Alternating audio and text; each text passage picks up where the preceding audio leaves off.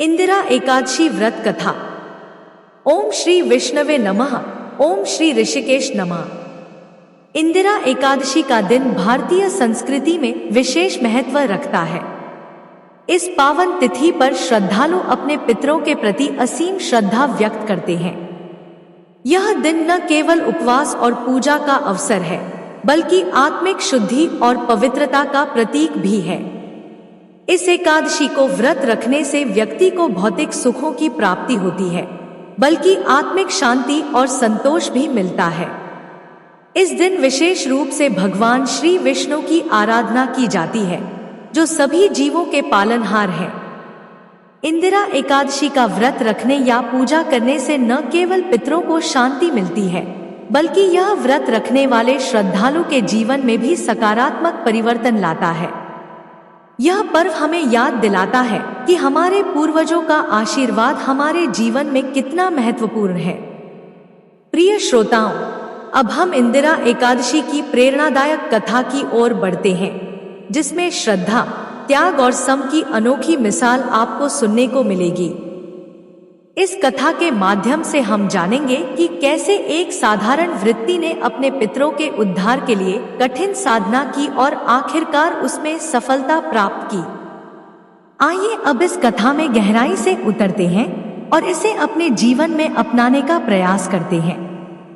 आज आप सुनेंगे इंदिरा एकादशी की दो कथाएं, जिनमें से पहली कथा एकादशी माता की है और दूसरी इंदिरा एकादशी व्रत की मुख्य कथा है। क्योंकि एकादशी के दिन एकादशी माता की पूजा करने के बाद एकादशी माता की कथा जरूर सुननी चाहिए। आप इन दोनों कथाओं को सुनकर इसका पुण्य अपने पितरों को समर्पित कर सकते हैं। एक बार देवर्षि नारद जी वैकुंठ लोक गए। वहां उन्होंने भगवान श्री लक्ष्मी नारायण जी को प्रणाम किया। फिर नारद जी ने श्री हरि से कहा, प्रभु, अब धरती पर आपका प्रभाव कम हो रहा है। धर्म पर चलने वालों को कोई अच्छा फल नहीं मिल रहा और जो पाप कर रहे हैं उनका भला हो रहा है। तब श्री हरि कहने लगे, ऐसा नहीं है देवर्ष, जो भी हो रहा है सब नियति के कारण हो रहा है। श्री हरि की बात सुनकर नारद जी बोले, प्रभु, मैं तो देख कर आ रहा हूं कि पापियों को तो अच्छा फल मिल रहा है, लेकिन भला करने वाले और धर्म के रास्ते पर चलने वाले लोगों को बुरा फल मिल रहा है। उन्हें दुख भोगने पड़ रहे हैं। भगवान ने कहा, देवर्षि, कोई ऐसी घटना बताओ जिससे तुम्हें यह लग रहा हो। नारद जी कहने लगे, प्रभु, अभी अभी मैं एक जंगल से आ रहा हूं। वहां पर एक गाय दलदल में फंसी हुई थी। कोई भी उसे बचाने वाला नहीं था। थोड़ी ही देर के बाद मैंने देखा कि एक चोर उधर से गुजरा। दलदल में फंसी हुई गाय को देखकर वह रुका तक नहीं, बल्कि उस गाय पर पैर रखकर दलदल से भरा हुआ गड्ढा लांघकर आगे निकल गया। आगे गया तो उस चोर को सोने की मोहरों से भरी एक थैली मिली। थोड़ी ही देर बाद वहां पर एक साधु महाराज आए। उन्होंने उस गाय को दलदल में फंसा देखा तो गाय को बाहर निकालने की पूरी कोशिश की और पूरी ताकत लगाकर आखिरकार उस गाय को निकाल लिया। गाय को बाहर निकालने के प्रयास में वह साधु महाराज खुद दलदल से लथपथ हो गए थे। जब वह साधु महाराज आगे बढ़े तो एक गड्ढे में गिर गए और उन्हें चोट लग गई। प्रभु, अब आप ही बताइए, यह कौन सा न्याय है? नारद जी की पूरी बात सुन लेने के बाद श्री हरि बोले, देवर्षि, यह सही ही हुआ। जो चोर गाय पर पैर रखकर भाग गया था, उसकी किस्मत में तो एक खजाना था, लेकिन उसके इस पाप के कारण उसे केवल कुछ मोहर ही मिल पाई। वहीं उन साधु महाराज को गड्ढे में इसलिए गिरना पड़ा क्योंकि उनके भाग्य में उस समय मृत्यु लिखी हुई थी। लेकिन एक गाय को बचाने के कारण, दलदल से बाहर निकालने के कारण उनके पुण्य बहुत अधिक बढ़ गए और उनकी मृत्यु बस एक छोटी सी चोट में बदल गई। इंसान के कर्म से ही उसका भाग्य तय होता है देवर्षि, इसलिए अच्छे कर्म करना कभी भी नहीं छोड़ना चाहिए। श्री हरि की बात सुनकर देवर्षि नारद मुस्कुराते हुए और प्रभु को प्रणाम करते हुए नारायण नारायण कहकर प्रभु की रचाई हुई सृष्टि की अन्य लीलाएं देखने के लिए चल पड़े। प्रेम से बोलिए श्री लक्ष्मी नारायण भगवान की जय। अब सुनिए एकादशी माता की कथा। इस कथा को सुनने से ही एकादशी का व्रत पूरा माना जाता है। श्रोताओं, एक बार एक बूढ़ी माँ ने एकादशी का उपवास रखा। बड़े ही भक्ति भाव से वह एकादशी की पूजा किया करती थी। वे बूढ़ी हो चुकी थी। उन्हें वृद्धावस्था में कोई भी ऐसी वस्तु नहीं चाहिए थी।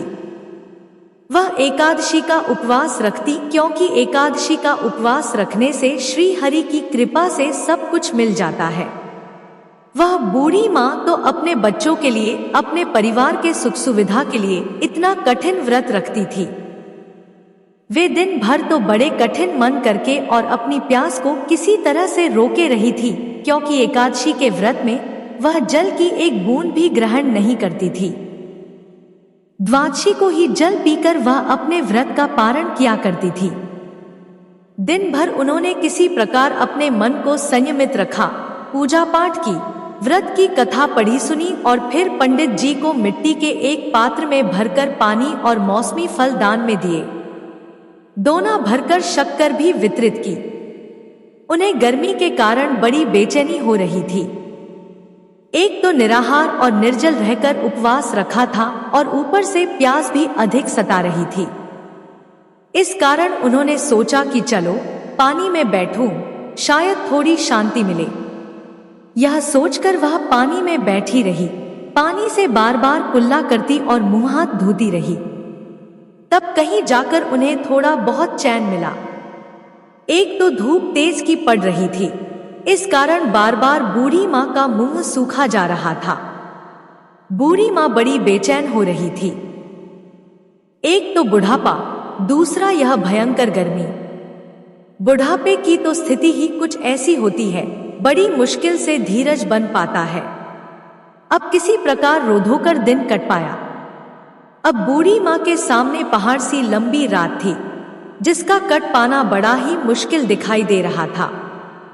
चारपाई पर पड़ी हुई बूढ़ी माँ को किसी प्रकार भी शांति नहीं मिल रही थी। बार बार प्यास के मारे गला सूख रहा था और वे इस प्रकार बेचैन होकर करवट बदलती जा रही थी। कई बार उठकर वे घर के बाहर जाती, फिर अंदर आ जाती। ना उन्हें घर के अंदर शांति मिल रही थी, ना बाहर। वे पड़ी पड़ी एकादशी माता को याद करती रही और मन में धृति रही कि हे माता, आप मेरी लाज रखिएगा। आप ही मुझे शक्ति दीजिएगा ताकि मैं भली भांति आपका व्रत कर सकूं और यह पहाड़ सी रात सुकून से बीत जाए। प्यास के कारण बूढ़ी माँ की बेचैनी तो बढ़ ही रही थी। उन्होंने धैर्य रखने का बहुत प्रयास किया, लेकिन आखिरकार उनकी सहनशीलता की सीमा टूट गई और वे घबराकर प्यास के मारे एकदम चिल्ला पड़ी, बचाओ बचाओ। बूढ़ी माँ का चिल्लाना सुनकर उनके परिवार के सभी सदस्य उनके आसपास इकट्ठा हो गए और बूढ़ी माँ की चारपाई के पास पहुंच गए। सब बोले, अम्मा जी, क्या हुआ? आपको क्यों ला रही हो? और जब आपसे व्रत नहीं रखा जाता तो इस बुढ़ापे में इतना कठिन व्रत क्यों कर रही हो? अम्मा जी, अगर शरीर में ताकत है तभी तो भक्ति हो पाएगी। आप पानी पी लीजिए। बूढ़ी माँ अपने परिवारजनों से बोली, मेरे तो प्यास के मारे प्राण ही निकले जा रहे हैं। जरा जल्दी से मेरी छाती पर ठंडे पानी का घड़ा तो रख दो। नातियों ने दौड़कर दादी की छाती पर ठंडे पानी का बर्तन रख दिया। तब जाकर उन्हें थोड़ा बहुत सुकून मिला और जब सुकून मिला तो थोड़ी देर के लिए उन्होंने अपनी आंखें बंद कर ली। इधर एकादशी माता सोचने लगी, यह है तो बूढ़ी माँ, लेकिन बड़े नियम से मेरा व्रत रखती है, चलकर इनकी परीक्षा लेनी चाहिए। ऐसा विचार कर एकादशी माता आधी रात को मुर्गा बनकर कुकड़ू करने लगी। मुर्गे की कुकुर सुनकर बूढ़ी माँ जल्दी से उठी और बाहर जाकर आसमान की ओर निहारा, लेकिन आसमान में तो कहीं भी उन्हें सुबह का तारा दिखाई नहीं दिया। अब वे सोचने लगी कि फिर यह मुर्गा भला क्यों और कैसे बोल गया। एक तो उन्हें प्यास लग रही थी, अब थोड़ा बहुत उनका मन भी बेचैन होने लगा।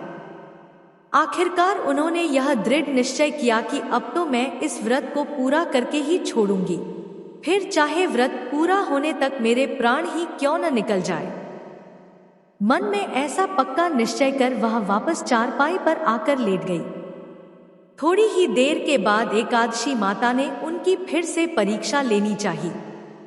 उन्होंने एक छोटी सी कन्या का रूप धरकर गिलास में मीठा पानी लेकर उनके सिरहाने खड़ी हो गई और जोर से बोली, दादी जी, सवेरा हो गया है, आप हाथ मुंह धोकर शरबत पी लीजिए। पहले तो शरबत का भरा हुआ गिलास देखकर बूढ़ी माँ का मन ललचा लगा।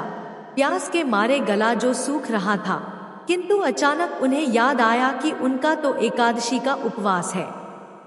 फिर उन्होंने सोचा कि अभी तो मैं किसी भी तरह से यह शरबत नहीं पी सकती, और फिर वे चुपचाप वापस अपनी चारपाई पर लेट गई। जैसे ही उनकी आंख लगी, तभी उन्हें एहसास हुआ कि मानो किसी ने उन्हें पानी से भरे हुए कुएं में पटक दिया हो। वे बहुत देर तक उस कुएं में हाथ पांव चलाती रही, लेकिन इस बीच उन्होंने अपने मुंह में पानी की एक बूंद भी नहीं जाने दी, क्योंकि उनका एकादशी का उपवास जो था और वे पक्के निश्चय के साथ अपना व्रत पालन करती रही। थोड़ी ही देर में उन्हें ऐसा लगा मानो सामने आग जल रही हो। आग के कारण बड़ी भारी गर्मी लगने लगी। प्यास के मारे उनके प्राण निकलने लगे, लेकिन इतना सब होने के बाद भी बूढ़ी माँ ने पानी की एक बूंद भी नहीं पी। वे तो बस चारपाई पर बैठी बैठी एकादशी माता का ध्यान करती रही। अब सवेरा होने में बस कुछ ही समय रह गया था। तब उन्होंने बड़ी तसल्ली के साथ इधर उधर घूमने लगी। एकादशी माता अब तक यह बात अच्छी तरह से समझ गई थी कि इन बूढ़ी माँ को किसी भी प्रकार से अपने व्रत से नहीं टाला जा सकता। वे उनके सत्य व्रत को भलीभांति समझ गई थी। अब सवेरा हो गया तो बूढ़ी माँ ने स्नान किया, भगवान श्री हरि का पूजन किया, फिर एकादशी माता की कथा सुनी, ब्राह्मणों को दक्षिणा देकर भोजन कराया, तब कहीं जाकर उन्होंने जल ग्रहण किया। कन्याओं को भोजन कराने के बाद बूढ़ी माँ ने फिर स्वयं भोजन किया और उस श्रेष्ठ व्रत के प्रभाव से बूढ़ी अम्मा की आयु में वृद्धि हो गई। उनकी आयु बढ़ गई, उनका घर परिवार हरा भरा हो गया। अब उनके घर में किसी भी चीज का कोई अभाव नहीं रहा। उनका घर हर प्रकार के सुख साधनों से भर गया। नाती नातिन से उनका घर भर गया और वे उसी दिन से 12 महीने की एकादशी का व्रत करने लगी।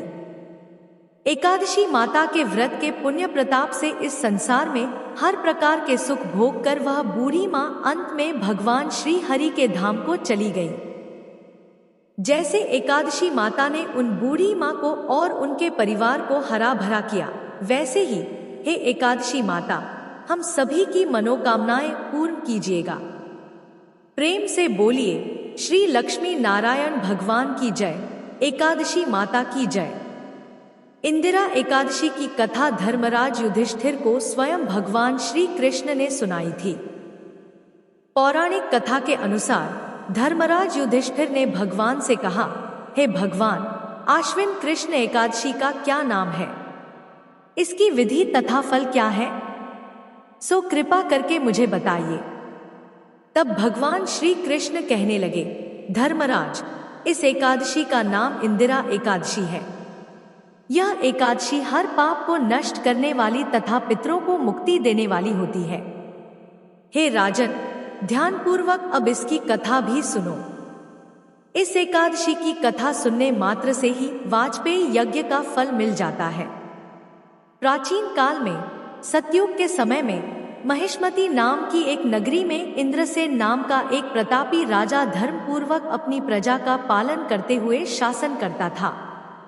वह राजा पुत्र, पौत्र और धन आदि से संपन्न और विष्णु भगवान का परम भक्त था। एक दिन जब राजा सुखपूर्वक अपनी सभा में बैठा हुआ था, तभी आकाश मार्ग से महर्षि नारद उतरकर उसकी सभा में आए। उन्हें देखते ही राजा इंद्रसेन हाथ जोड़कर खड़ा हो गया और विधिपूर्वक आसन और अर्घ देकर नारद जी को विराजमान करवाया। सुख से बैठकर मुनि ने राजा से पूछा, हे राजन, आपके सातों अंग कुशल पूर्वक तो है ना? आपकी बुद्धि धर्म में और आपका मन विष्णु भक्ति में तो रहता है ना? महर्षि नारद की ऐसी बातें सुनकर राजा ने कहा, हे महर्षि, आपकी कृपा से तो मेरे राज्य में सब कुछ कुशल मंगल है और मेरे यहाँ यज्ञ कर्म आदि भी सही ढंग से हो रहे हैं। आप कृपा करके अपने आगमन का कारण कहिए। तब नारद जी कहने लगे, राजन, आप आश्चर्य देने वाले मेरे वचनों को ध्यानपूर्वक सुनो। मैं एक समय ब्रह्मलोक से यमलोक को गया था। वहां श्रद्धापूर्वक यमराज से पूजित होकर मैंने धर्मशील और सत्यवान धर्मराज की प्रशंसा की। उसी यमराज की सभा में महान ज्ञानी और धर्मात्मा तुम्हारे पिता को एकादशी का व्रत भंग होने के कारण देखा। उन्होंने संदेशा दिया। जो संदेशा दिया सो मैं तुम्हें बताता हूँ, ध्यान से सुनो। तुम्हारे पिता ने कहा कि पूर्व जन्म में कोई विघ्न होने के कारण मैं यमराज के निकट रह रहा हूँ। सोहे पुत्र, यदि तुम अश्विन कृष्ण इंदिरा एकादशी का व्रत मेरे निमित्त करो और उसका पुण्य मुझे दान में दे दो, तभी मुझे स्वर्ग की प्राप्ति हो सकती है। इतना सुनकर राजा कहने लगे, हे महर्षि, आप इस व्रत की विधि मुझसे कहिए।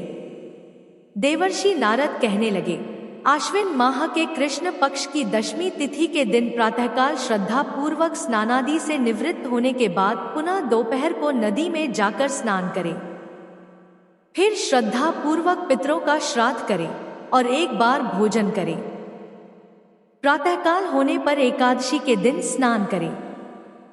फिर व्रत के नियमों को भक्ति पूर्वक ग्रहण करते हुए प्रतिज्ञा करें कि आज मैं संपूर्ण भोगों को त्याग कर निराहार रहकर एकादशी का व्रत रखूंगा।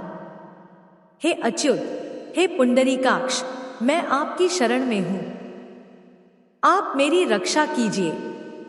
इस प्रकार नियम पूर्वक श्री हरि की मूर्ति के आगे विधि पूर्वक श्राद्ध करके योग्य ब्राह्मणों को फलाहार का भोजन कराएं और उन्हें दक्षिणा दें। पितरों के श्राद्ध से जो बच जाए उसे सूंघ कर गायों को दे और धूप, दीप, गंध, पुष्प, नैवेद्य आदि सभी सामग्री से ऋषिकेश भगवान का पूजन करें। रात में भगवान के निकट जागरण करें। इसके बाद द्वादशी तिथि के दिन प्रातःकाल होने पर भगवान श्री हरि का विधिवत पूजन करके ब्राह्मणों को भोजन कराएं। भाई बंधुओं, स्त्री और पुत्र सहित आप भी मौन होकर भोजन करें। तब देवर्षि नारद कहने लगे, राजन, इस विधि से अगर तुम आलस्य रहित होकर इंदिरा एकादशी का व्रत रखोगे तो तुम्हारे पिता अवश्य ही स्वर्ग लोक को जाएंगे। ऐसा कहकर देवर्षि नारद नारायण नारायण कहकर अंतर्ध्यान हो गए। तब देवर्षि के कहे अनुसार राजा द्वारा अपने बंधुबांधव तथा दासों सहित व्रत करने से आकाश से पुष्प वर्षा हुई और उस राजा का पिता गरुड़ पर चढ़कर विष्णु लोक को गया। राजा इंद्रसेन भी इंदिरा एकादशी व्रत के प्रभाव से कंटक राज्य करके अंत में अपने पुत्र को सिंहासन पर बिठाकर स्वर्ग लोक को चले गए। हे युधिष्ठिर, यह इंदिरा एकादशी के व्रत का महत्व मैंने तुमसे कहा। तब धर्मराज युधिष्ठिर ने भी भगवान कृष्ण के कहे अनुसार इस व्रत का पालन किया था। धर्मराज के द्वारा इस व्रत का पालन करने से उनके पितरों को भी मोक्ष प्राप्त हुआ था। इस प्रकार इंदिरा एकादशी के दिन जो भी भक्त सच्चे मन से उपवास रखकर इस व्रत कथा को पढ़ता या सुनता है, भगवान श्री हरि की कृपा से उनके सभी पापों का नाश तो होता ही है, उनके पितरों का भी उद्धार हो जाता है। ऐसे ही और वीडियो के लिए हमारे चैनल को सब्सक्राइब करें और वीडियो को लाइक करें। धन्यवाद।